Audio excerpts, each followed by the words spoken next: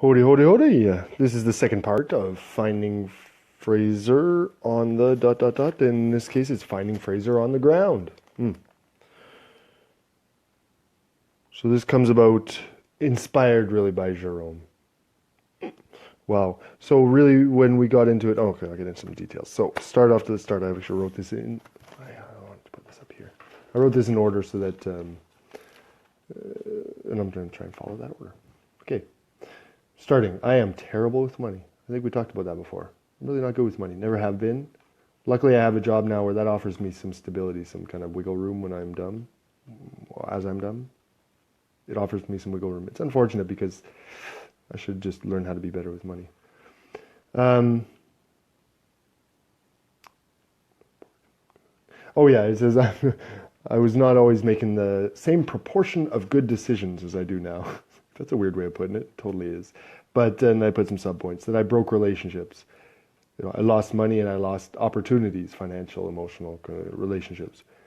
And so I found myself in not a good spot. So in terms of like breaking up with someone who basically given, yeah, you take the apartment kind of thing, and I didn't really have a backup plan. So I kind of, as it was, this is a really tough year, financial, as it were. It's just a tough year. So kind of couch surfed through the winter, like really leaned heavily on friends, not in the nicest way, obviously, all the time, and so didn't really make solid connections that way that could last long term. So found myself couch surfing through the winter, but in the summer had to kind of just like, whoops, I think I might lead a little bit too hard and didn't have any other options. So I ended up making a makeshift tent and living on in the park, the Mount Royal Park in Montreal, so up there on the mountain. It's a nice big park. There's lots of nice spots no one's going to walk by, as it were. So, again, inspired by Jerome, because we were talking about makeshift tents. It's like the best way to make a makeshift tent. Like, and it was like, yeah, of course, you got to have this and that, and of course, you got to deal with some of this, the bugs and stuff, but you're always going to want to have, and they're like, the prideful thing, like I always tell them, I'm proud of like this sort of, this makeshift thing that I got the dollar store, basically. You get a tarp to put underneath you that protects you against the moisture from the ground. And then you want to have a cover on top, like you need to have some sort of, and they sell really cheap plastic sheets or shower curtains, some stuff you can find pretty free, but and then some mosquito netting, and they sell these sheets of mosquito netting or different costumes with mosquito netting, and you put that on because otherwise bugs, crawly bugs, that's so bad. Anyway, so I felt a real connection there, and I was like, yeah, I know that, and I really should talk about that because it's understanding what the hole is. When you're in the hole, when you're on the ground. Like I said, on the ground, I'm like, what about underground? No. There are people that live under the ground. It's like more like a different thing. But when you hit the rock bottom is what I meant, on the ground. So at that time, basically, there were outlets, but I refused. In this case, being a prideful Albertan kind of conservative, still, if I was healthy and could work, I shouldn't, and didn't. In the end, I didn't ever go on welfare. I didn't collect EI as I could have. Because again, being prideful in that way that I thought, wow, no. Like that was the job too, kind of bad decisions in that I was in a job, it was seasonal, it was construction, it was working in décor cinema, so cinema, what do you call it? Holy guys. The English words are slipping out. So what's happening? Building sets, building movie sets is basically what I was in studios. It's a lot of cabinetry. It's simple. It's not real carpentry, but you use like simple construction system, blah, blah, blah, blah. It's seasonal. So there's like 9 months and then you're off. And so there's that. And I also broke up with a girl whose father was the foreman and happened to be my boss. So yeah, I left myself in a bad position and refused to get welfare. Whereas I could have, and I said sometimes maybe I should have, but in fact it did kind of, again, mold me in different ways, differently affected my outlook and whatnot.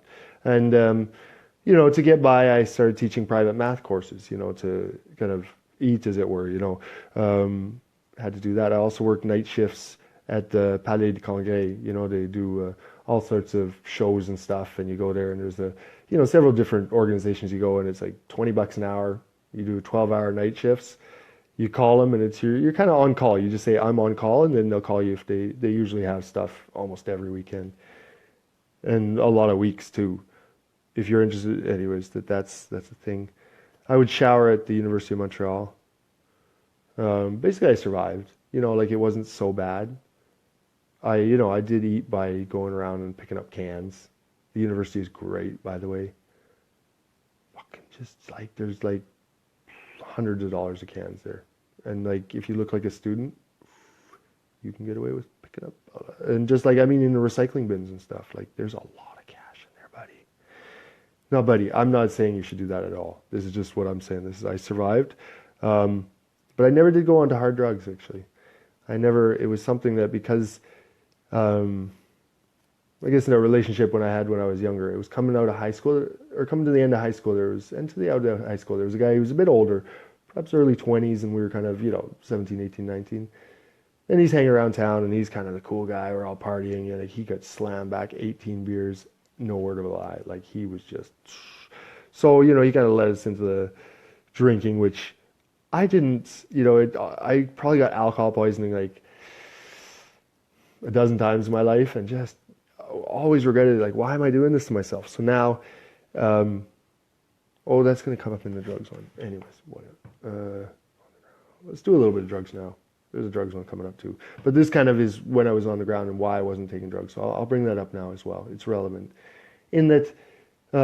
So it was party. He was obviously Mr. Party, right? And so I left that. I went to Calgary and lived with my brother, and it was a very calming influence just in terms of that, but it wasn't my lifestyle. I didn't really take to the drinking lifestyle.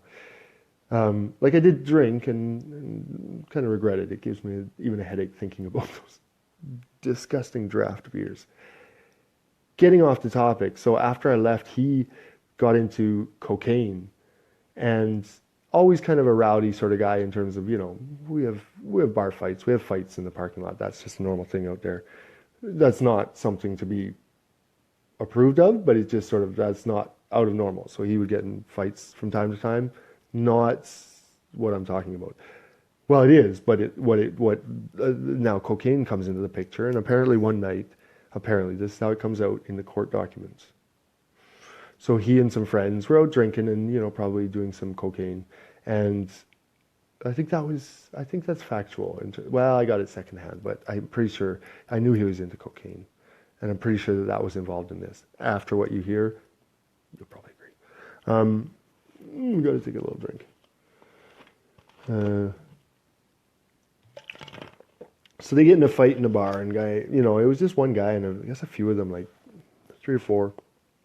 Go to the parking lot, get in a fight. Obviously, it's one-sided. So the guy gets shit kicked out of him. Like, to the point of being unconscious. They thought he was dead.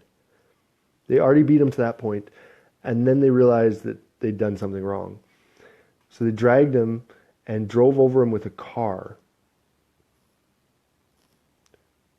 Apparently, he wasn't dead yet. Drove over him with a car to make it look like an accident and sped off. They got caught.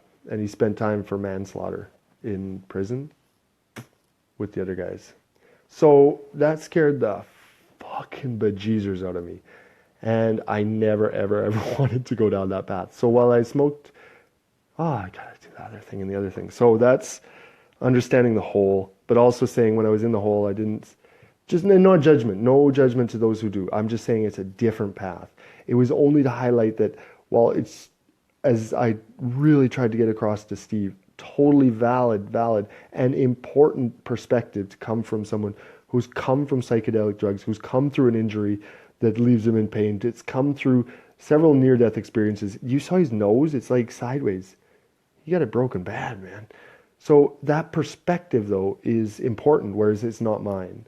And I feel some kinship with